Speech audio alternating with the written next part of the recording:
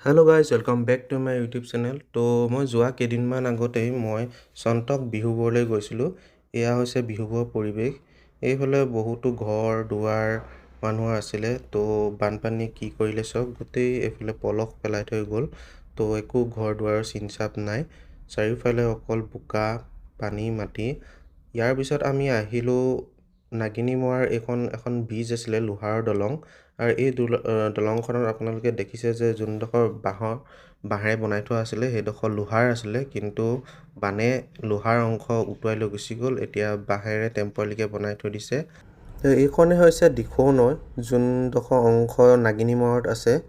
তো দিখৌ নৈ পানী এতিয়া বহুতেই কমিলে, কিন্তু ইয়াৰ আগতে বহুত পানী হৈ গৈছিলে, কাৰণ এই দলংখন সমান হৈ গৈছিলে। সেইকাৰণে দলংখনৰ এক অংশ উটি গুচি গ'ল বানপানীত।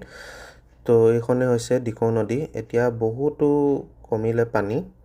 তো এইখন দলঙৰ চিধা গৈ থাকিলে আমি গেলেকী ওলাব পাৰি, গেলেকী বৰশিল অংশত এইফালে ওলাব পাৰি। কিন্তু আৰু ৰাস্তা এতিয়া বহুত বেয়া বুলি কৈছিলে ওচৰৰ মানুহে। তো সেইটো কাৰণে আমি অহা বাটেদি আহিম, তাৰমানে চন্তক বিহুবৰ ৰাস্তাটোৱেদি। তো এতিয়া আমি গুচি আহিলোঁ।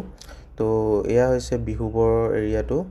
তো দেখিছে এতিয়াও মানুহ কিমান ভিৰ হৈ আছে, কিমান মানুহৰ বাসগৃহ উটি গ'ল। এইফালে যায় নেপালী খুটি।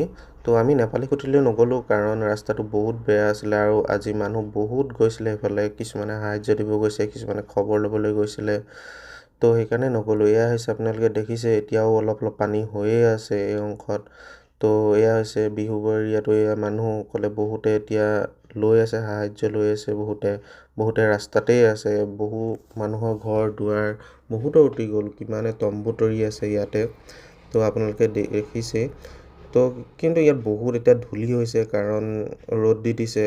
আৰু এয়া চাওক, এইবোৰ গাড়ী মটৰ চব ধ্বংস কৰি শেষ বানপানীয়ে। তো ধূলি বহুত হৈছে, কাৰণ এতিয়া নদীয়ে পলস পেলাই থৈ গৈছিলে, ৰাস্তা চাস্তা চবতে পলস পৰিছিলে। আৰু এতিয়া পলসবোৰ লাহে লাহে আঁতৰিছে, সেইটো কাৰণে পূৰা ধূলি হৈ গৈছে ৰাস্তাটো।